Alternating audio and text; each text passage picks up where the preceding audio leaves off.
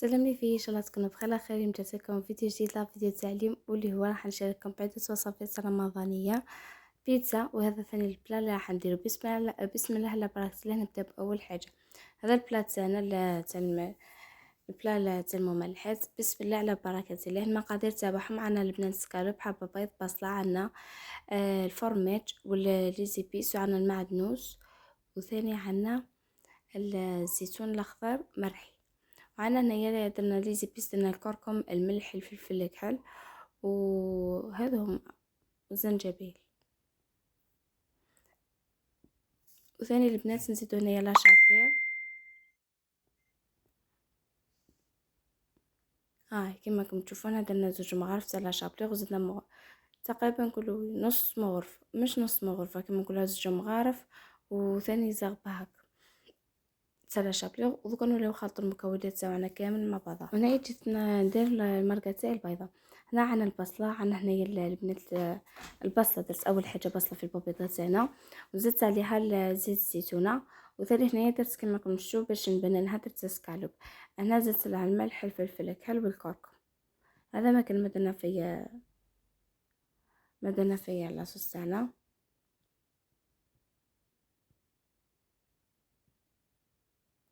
وهنا ثاني كما قلت هنا ثاني البنات زدت زنجبيل. ومن بعد نولي هنا نجيب نخلط المكونات تاعي بهذه الطريقه. يعني كما شفتوا يعني لاصوص بيضاء كما تعرفوها.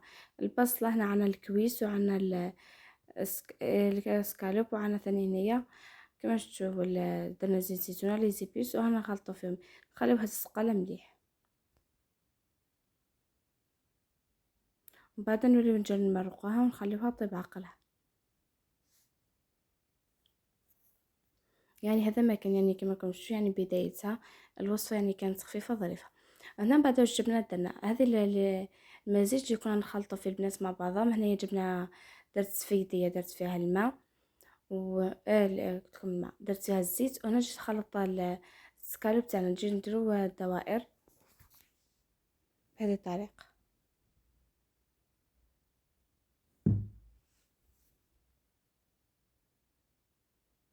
هنايا الدوائر تبعنا كما نقولوا حنا كريات. الشكل تاعها ما يكون كبير بزاف ما يكون صغير بزاف، تكون حجم متوسط.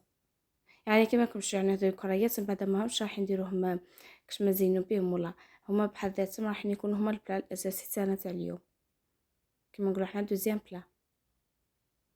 انا البنات يعني اذا حبيتوا نتوما تحشيوها بالفرماج هذه اختياراتكم. يعني انا درت الفرماج كما شفتوا في المقادير. اذا حبيتوا تزيدوا نتوما تحشيوها بالفرماج كما قلت لكم اختياراتكم، كل واحد كيفاش يحب يزيدها. وهنا البنات شوفوا كيفاش انا نحطو نقليهم. هنا كنتو تحطوا ديروا الزيت وتحطوا تقليوهم. يعني النار تكون كما نقولوا متوسطه برك، ما تكونش مقويين بزاف ما يزربوش تحرقوا لكم، وما تكونش ناقصين بزاف البنات زعما كما قلت لكم تكون مليحه برك باش يطيبوا لكم مليح ويحمروا. يعني مش كما نقولوا احنا يزربوا يحمروا هما مش طايبين من الداخل. هنا يعني البنات تكون النار متوسطه باش يطيبوا لكم الداخل.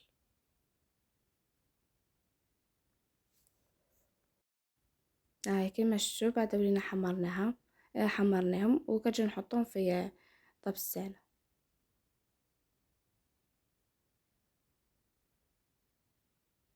هذا هو جاي العقل اللي تكون تاعهم يعني تكون حمرا برك.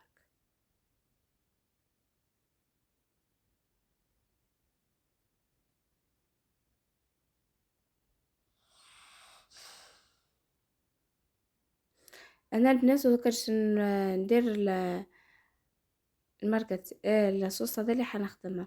انا البنات عنا ربع نص كاس تاع ماء، وعنا مغرفه تاع نشا، وعنا عصير القارص، وهنا ثاني عنا البنات صفار البيض. كما قلت لكم عنا نص كاس تاع ماء وصفار بيضه، وعنا البنات مغرفه تاع نشا. هذا يعني نسيت يعني وثاني عنا رشه ملح ورشه فلفل كحل. وهنا ثاني حنزيد عليها ثاني البنات لاكريم فريش. هذه لاكريم فريش راهي بالذوق البنات الثوم والاعشاب. هذه هي لاصوص تاعنا البنات. وش فيها كما قلت لكم عندنا صفر بيضة، نص كاس تاع حليب، نص كاس تاع صفر بيضة ونص كاس تاع ما. وعندنا ثاني البنات مغرفة تاع نشا، وعندنا عصير تاع القارص كيما راكم تشوفوا، جبت حبة قارصة صارصة، ودرت رشة ملح ورشة فلفل كحل، ودرت هذيك لا كريم فريش. هنا لا كريم فريش يعني متكثروش، كبوا برك. وهنا البنات كي تبغاو تكبوا الخليط نتاعكم، هنا لاصوص تاعكم راح تكون حميه بطبيعه الحال. كيما شفتوني انا لاصوص نحيت منها الدجاج، هنا لاصوص نحيو منها الدجاج. وكي تبغاو تكبوا الخليط تاعكم اللي درتو هذا وين تحكموا البنات، تجيبوا الفويت وتقعدوا تحركوا وتكبوا بالعقله باه ما يطيبلكمش البيض، ما يطيبلكمش البيض. ومن بعد نوليو هنايا نجيبو الكريات تاعنا ونحطهم. هنا الكريات تاعنا كيما راكم تشوفوا كيفاش رانا حاطينهم. ومن بعد نوليو هنا هذه هي البنات كما نقولوا، هذا هو كان الطبق. من بعد من رجعتهم، هذا هو الطبق تاعي كان اليوم. هنا عندنا الفرينه 2 كيسان، وعندنا مغرفه كبيره تاع خميره الخبز، ومغرفه كبيره تاع سكر، عاشة ملح. هنا نص مغرفه صغيره تاع ملح. انا خلطت المقادير الناشفه مع بعضهم. كما قلت لكم عندنا هنايا 2 كيسان، عندنا البنات 2 كيسان تاع فرينه، عندنا مغرفه كبيره تاع خميره، مغرفه كبيره تاع سكر، نص مغرفه صغيره تاع ملح، وعندنا باطا ايورت ناتوريل طبيعيه، وعندنا هنايا البنات 3 مغارف تاع زيت الزيتونه. هنايا ثاني زيت مغرفه، احنا يعني كما نقولوا احنا قد 4 مغارف تاع زيت الزيتونه.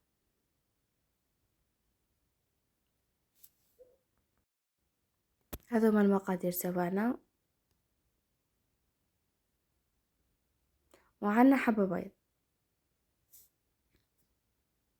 هنا البنات بعد ما درت المقادير تاعي درت المقادير تاعنا كامل، نولي هنا نكمل نخلطها، نمزج المكونات مع بعضهم. كما قلت لكم 2 كيسان فرينه، مغرفه كبيره تاع خميره الخبز، مغرفه كبيره تاع سكر، نص مغرفه صغيره نتاع ملح، باطا اير طبيعيه، عندنا حبه بيض، و4 مغارف الزيت. انا هنا نتوما الزيت تحبوا تستعملوا عادي الزيت عادي تاع كيما نقول حنا زيت المعده، ولا تحبوا تستعملوا زيت الزيتون، يعني اختياراتكم، واش كنت توفر لكم في الدار تقدروا تستعملوه. بعد نوليو نخلطوا المكونات تاعنا. هنا كيما راكم تشوفوا كيفاش راني نخلط فيهم.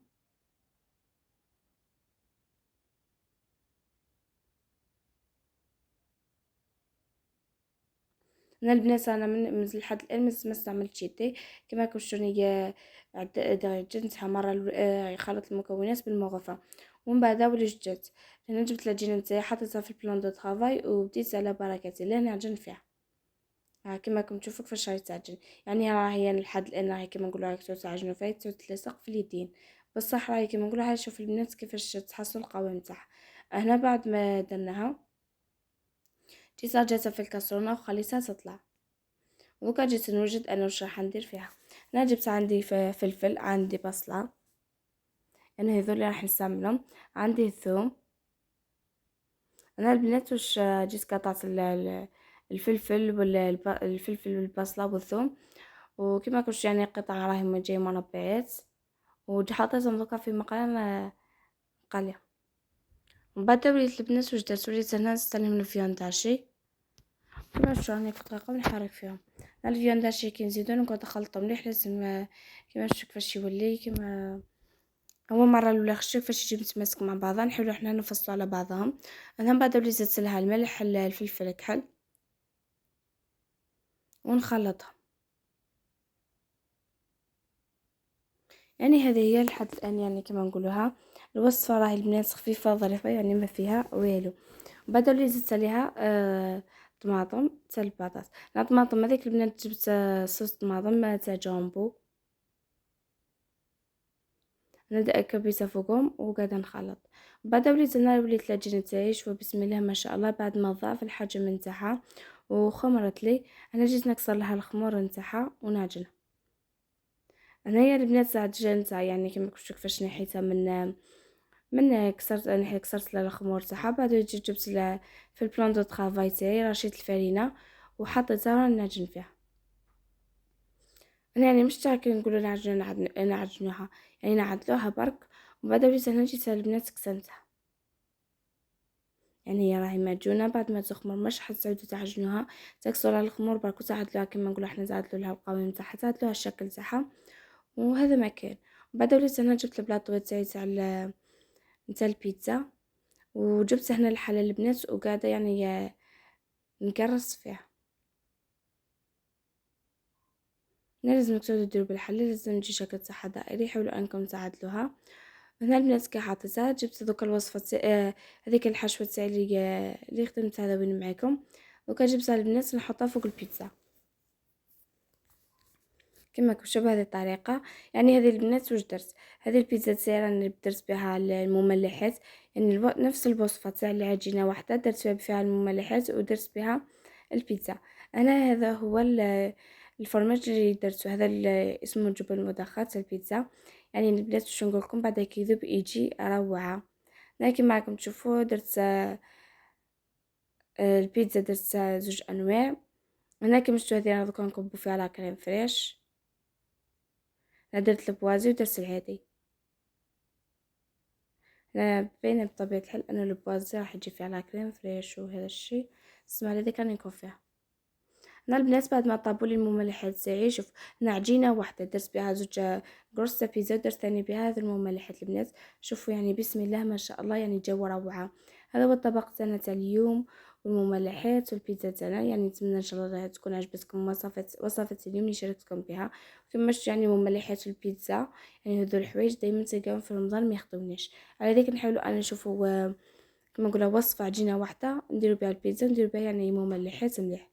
وشاهدتكم في الجنة، على بالي بلي كنت شاهدتكم. ونتمنى ان شاء الله يكون عجبكم لا فيديو تاع اليوم، ونتمنى ان شاء الله ثاني تكونوا استفدتوا منه. كما شفتوا هذه البيتزا تاعي بعد ما طابت، شوفوا بسم الله ما شاء الله. يعني ان البنات راكم تشوفوا برك، يعني شو نقول لكم الذوق بنا. يعني نتمنى ان شاء الله تكونوا استفدتوا من لا فيديو تاع اليوم، ونتمنى ثاني ان شاء الله تكونوا جربتوها. واذا عجبكم لا فيديو ما تنسوش تشتركوا في القناه، ديروا جيم وتخلوا لي تعليقاتكم الحلوه. وثاني ما تبخلوش يعني لي زامي تبعكم باش تبارطاجيو هذا لا فيديو مع لي زامي لا فامي، يعني اي كما نقولوا اي عباد مستحقين هذا الشيء بارطاجيو معاهم لا فيديو. وهنا كما كنتو راني جيت قصيت البيتزا تاعي، شوفوا بسم الله ما شاء الله. أنا هذا الطرف راه رايح وحده مزروب، ما نعرف وين. المهم مره اخرى نقول لكم شيء في الجنه. نتمنى ان شاء الله تلاقيكم فيديو جديد بالصحه والعافيه، وباي.